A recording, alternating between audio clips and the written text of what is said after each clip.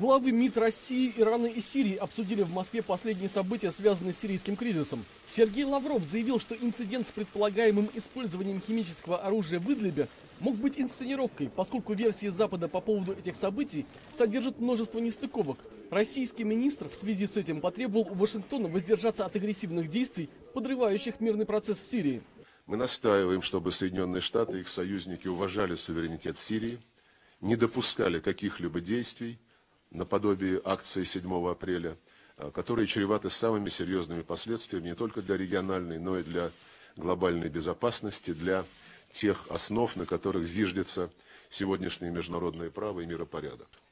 Примеры Ирака, Ливии, да и других стран у всех перед глазами. Также Лавров потребовал независимого расследования инцидента в Хан-Шейхуне.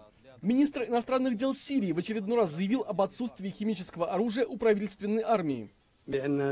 Еще раз подчеркиваю, что Сирийская Арабская Республика не располагает химическим оружием, что было подтверждено Организацией по запрещению химического оружия в 2014 году.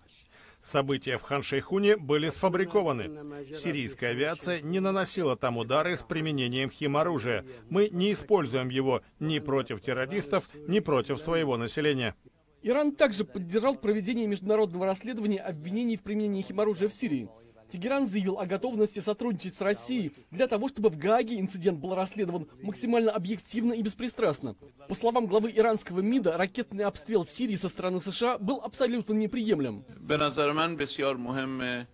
Необходимо, чтобы все понимали, что односторонние действия мир больше не приемлет.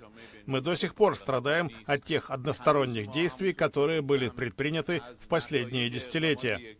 Исламское государство, Ан-Нусра и Аль-Каида от них только выигрывают. Результаты агрессивного поведения Соединенных Штатов остаются угрозой для мирового сообщества. Западные страны возложили ответственность за предполагаемую атаку в Хан-Шейхуне на правительство Башара Асада. В качестве ответной меры США нанесли ракетный удар по авиабазе, на которой, по данным Вашингтона, хранилось химическое оружие, использованное против мирного населения в провинции Идлиб.